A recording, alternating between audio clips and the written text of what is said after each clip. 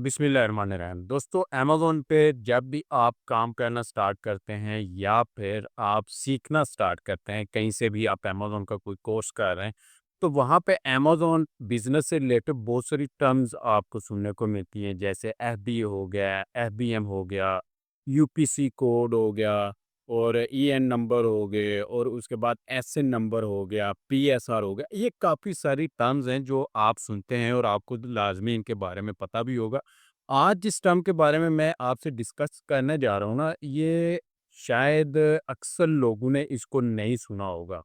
मैं इतने यकीन के साथ कह सकता हूँ कि काफ़ी सारे लोगों ने इसको नहीं सुना होगा। तो आज जिस टर्म के बारे में हम लोग डिटेल के साथ डिस्कस करने जा रहे हैं, उसका नाम है Amazon remote fulfilment. Amazon remote fulfilment. इसमें मैं आपको डिटेल के साथ बताऊँगा कि बेसिकली ये चीज़ क्या है, किन-किन मार्केटप्लेसेस में ये अवेलेबल है और क्या-क्या इसकी रिक्वायरमेंट्स हैं और कैसे आप इसको हासिल कर सकते हैं। ये तमाम की तमाम डिटेल्स मैं इस वीडियो में आपको बताऊँगा। तो वीडियो को आपने कंप्लीट देखना है ताकि इस हवाले से आपके कॉन्सेप्ट्स क्लियर हो सकें। वीडियो की तरफ चलने से पहले अगर आप लोगों ने चैनल को सब्सक्राइब नहीं किया तो ज़रूर सब्सक्राइब कर लें ताकि आने वाली मज़ीद वीडियोज़ भी आपको मिलती रहे। और इससे पहले भी हम लोग अमेज़न के हवाले से, अमेज़न टूल्स के हवाले से बहुत सारी वीडियोज़, कोर्सेज़ अपलोड कर चुके हैं, वो भी आप लोग ज़रूर देखिएगा। तो वीडियो की तरफ चलते हैं तो मेरी कोशिश होती है कि मैं ऐसे टॉपिक्स पे वीडियो बनाऊँ जिनके बारे में यूट्यूब वगैरह पे कहीं पे बहुत कम वीडियोज़ बनी हो या वीडियोज़ बनी ही ना हो। तो आज जिस टॉपिक पर हम लोग वीडियो बना रहे हैं, हम जिस टर्म को हम लोग स्टडी करेंगे अमेज़न की, उस टर्म का नाम है remote fulfilment with FBA. Amazon remote fulfilment with FBA. Basically ये चीज़ क्या है, इसको कैसे आप यूज़ कर सकते हैं, क्या-क्या इसकी रिक्वायरमेंट्स होती हैं, ये सारी की सारी हम लोग यहाँ पे इस वीडियो में हम लोग डिटेल से डिस्कस करेंगे। तो basically what is remote fulfilment with FBA, ये है क्या चीज़? A program allowing sellers to internationally expand using existing FBA inventory, no cross-border shipping requirement, prime benefits in new marketplaces।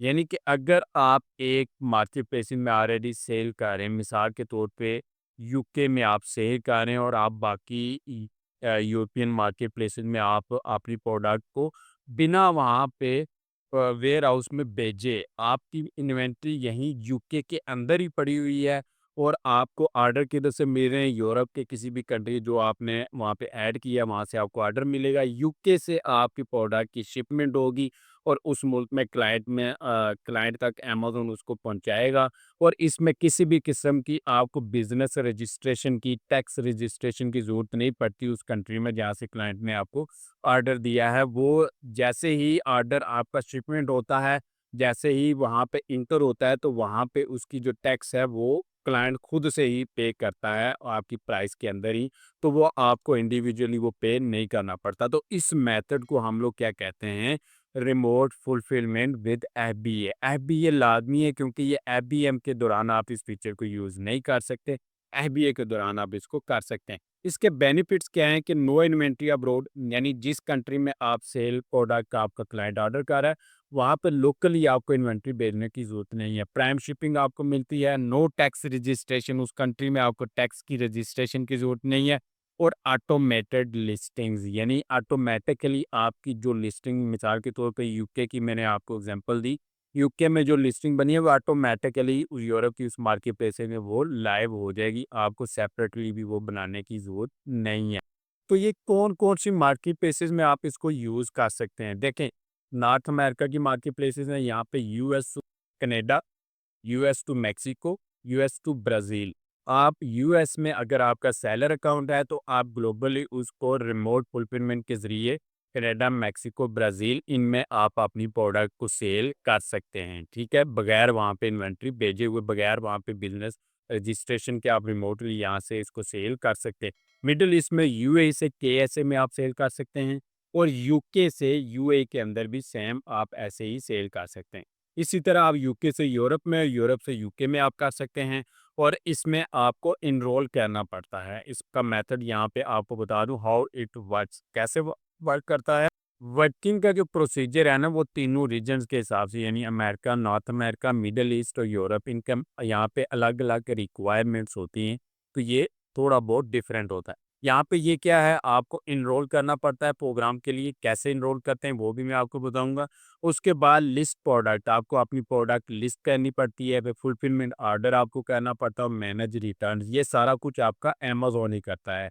यहाँ पे आपको बताएगा, यहाँ पे हर कोई रिक्वायरमेंट्स हैं, यहाँ पे मैं आपको डिटेल नहीं, आगे नेक्स्ट चल के आपको मैं बताता हूँ। यहाँ पे रिक्वायरमेंट्स आपको मैं बताता चलूँ कि नॉर्थ अमेरिका में क्या है, सैलरी रिक्वायरमेंट्स क्या हैं इस प्रोग्राम में एनरोल करने के लिए।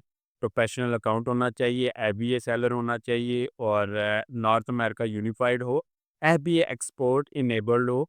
और इसके बाद प्रोडक्ट की रिक्वायरमेंट है कि एफबीए इनेबल्ड इन यूएई, यानी आप वो प्रोडक्ट एफबीए कर रहे हो, वैलिड ऑफर्स इन डेस्टिनेशंस। और यहाँ पे मीट ट्रेड कंपेलियंस, यानी वो उस प्रोडक्ट की काफ़ी सारी रिक्वायरमेंट्स होती हैं कि वो आप सेलर सेंटर अकाउंट में जाएंगे, सेटिंग में जाएंगे और वहाँ पे एलिजिबिलिटी चेक करेंगे, तो आपको वहाँ से अमेज़न बता देगा कि कौन सी प्रोडक्ट आपकी इस प्रोग्राम के तहत एलिजिबल है और कौन सी एलिजिबल नहीं है, तो वो वहीं से आपको बता देगा। सेम मिडल ईस्ट में भी आपको प्रोफेशनल अकाउंट चाहिए, एफबी होना चाहिए in UAE UK, access to both market places, active FBA offers आपकी होनी चाहिए। एफबीए लाज़मी है, एफबीएम पे आप ये सारी चीज़ें नहीं कर सकते। उसके बाद प्रोडक्ट की रिक्वायरमेंट्स हैं। इसके बाद एक सेपरेटली मैं वीडियो बनाऊँगा जिसमें यूएई से यूके या यूके से यूएई और यूएई से आगे केएसए में सेलिंग का मैं आपको सेपरेट सेपरेट वीडियो में डिटेल के साथ बताऊँगा। अब यहाँ पे मेरा मकसद यही है कि मैं आपको इस टर्म के बारे में बता दूँ कि ये बेसिकली ये टर्म किस चीज़ के लिए यूज़ होती है। सेम ऐसे यूरोप की भी यहाँ पे कुछ रिक्वायरमेंट्स आप स्क्रीनशॉट यहाँ पे लेके तो इन स्क्रीनशॉट को अपने पास सेव कर सकते हैं। तो यहाँ पे यूरोप की भी अपनी यहाँ पे रिक्वायरमेंट्स हैं। अब एलिजिबल मार्केट प्लेसेस कौन सी हैं? नॉर्थ अमेरिका से कनाडा में, मेक्सिको में, ब्राज़ील में आप सेल कर सकते हैं। मिडल ईस्ट में आप सऊदी अरेबिया, यूएई से सऊदी अरेबिया और यूके टू यूएई आप कर सकते हैं। उसके बाद यूरोपियन कंट्रीज़ में UAE, European to UK, UK to European country, ये सारी चीज़ें आप यहाँ पे कर सकते हैं। तो यहाँ पे इन शॉर्ट आपको मैं बताता चलूँ कि इस टर्म का मकसद, इस टर्म का मतलब ये है कि ये जो कंट्री, जो एलिजिबल कंट्रीज़ हैं, यहाँ पे जो मैंने आपको दिखाए हैं, यहाँ पे भी आपको दिखाए हैं, इन कंट्रीज़ में अगर आपकी इन्वेंट्री मिसाल के तौर पे यूएस के अंदर है और आप अपनी प्रोडक्ट को सेल करना चाह रहे हैं कनाडा में, मैक्सिमम ब्राज़ील में, तो आपको लोकली इस प्रोग्राम के तहत आपको लोकली कनाडा, मेक्सिको, ब्राज़ील में इन्वेंट्री भेजने की ज़रूरत नहीं है। अपनी इन्वेंट्री आपने यूएस के उसी वेयरहाउस में रहने देनी है। जस्ट अपनी प्रोडक्ट को उस मार्केट प्लेस में इस प्रोग्राम के तहत इनलिस्ट करना, जो ऑटोमेटिकली हो जाती है। जैसे ही इनरोल सेलर सेंटर अकाउंट से आप करते हैं, वो ऑटोमेटिकली उस कंट्री में वो प्रोडक्ट लिस्ट हो जाती है। तो उस पे जो भी ऑर्डर आता है, वो अमेज़न इस यूएस के वेयर हाउस से इसको शिपमेंट करता है और उस कंट्री में यानी कनाडा में उसको भेज देगा। और उस पे जो टैक्स होगा वो उस प्राइस के अंदर ही शामिल होगा।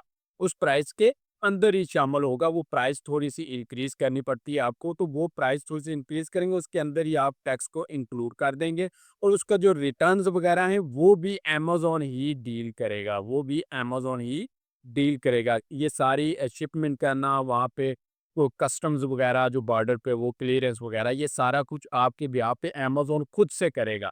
आपने जस्ट फ़ीस पे करनी होती है, वो भी सेलर सेंटर अकाउंट में मेंशन होती है कि इंटरनेशनली जो इसकी फ़ीस है, शिपिंग फ़ीस, वो आपको कितनी पड़ेगी, वो भी आपको वहाँ पे पर प्रोडक्ट आपको मिल जाएगा। वो फ़ीस आप अपने ऑर्डर में अपनी प्रोडक्ट की प्राइस को इंक्रीज़ करके वहीं से क्लाइंट एंड से ही उसको रिसीव कर सकते हैं। तो इस तरीके से आप बिना लोकली कनाडा में कोई कंपनी बनाए, बिना कुछ टैक्स रजिस्ट्रेशन के, क्योंकि टैक्स आपका क्लाइंट ऑलरेडी बॉर्डर पे कर देता है, तो वो सारा कुछ किए बिना आप यूएस के अंदर बैठे-बैठे ही यूएस से अपनी प्रोडक्ट को वहाँ पे सेल कर सकते हैं। ऐसे ही बाकी मार्केट प्लेसेस में आप अपना बिज़नेस कर सकते हैं, रिमोट फुलफिलमेंट विद एफबीए इस मॉडल को यूज़ करके। तो उम्मीद है कि इस हवाले से आपको कॉन्सेप्ट्स क्लियर हो गए होंगे। मज़ीद कोई भी क्वेश्चन आपके ज़हन में आता है, आप कमेंट करके मुझसे पूछ सकते हैं और अगर आपको वीडियो पसंद आई, वीडियो को लाइक करें, चैनल को सब्सक्राइब करें, अपने दोस्तों से भी इसको ज़रूर शेयर करें।